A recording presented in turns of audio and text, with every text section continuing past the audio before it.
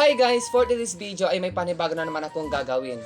Naalala niyo yung last upload ko, yung Sting, tas yung Bear Brand na pinag-max ko. So iba naman yung gagawin natin, yung Milo, tapos yung Bear Brand na pinaghalo. Kaya gagawin natin, let's go! Una, syempre kailangan natin yung baso. Ayan. Tas yung Bear Brand, swak.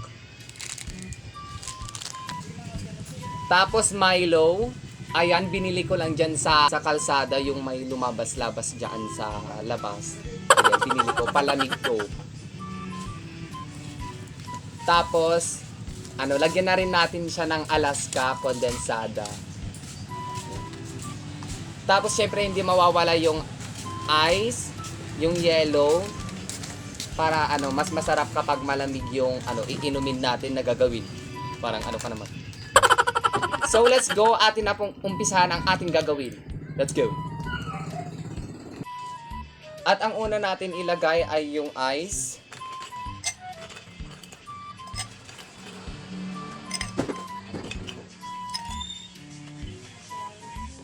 Tapos yung Alaska.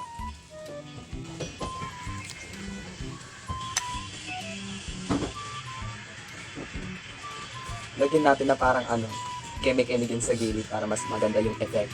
Hindi po, ganda.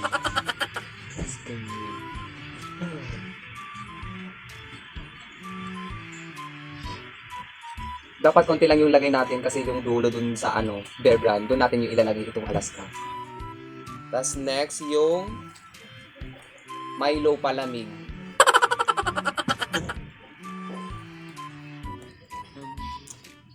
Ay, ano kaya tong lasa?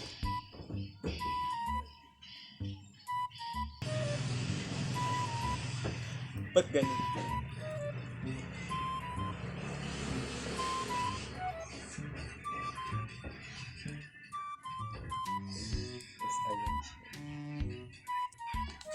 Tapos yung Bear Brand. Powder milk.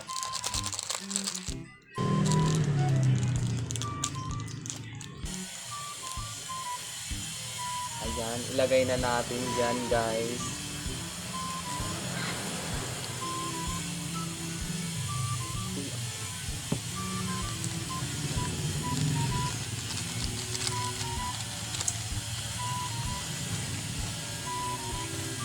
Ay!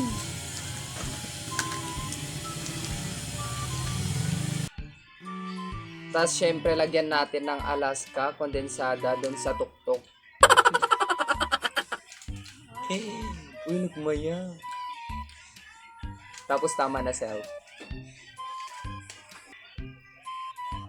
So guys, this is my finished product. Ayan, natapos na natin. At atin i-flex. Let's go. Sa unang tingin agad nasasarapan sa ginawang Milo and Bear Brand na pinag-mex and mekos na yan. Charot.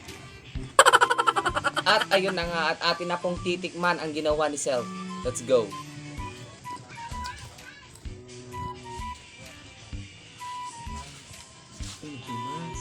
Ang sarap niya, guys.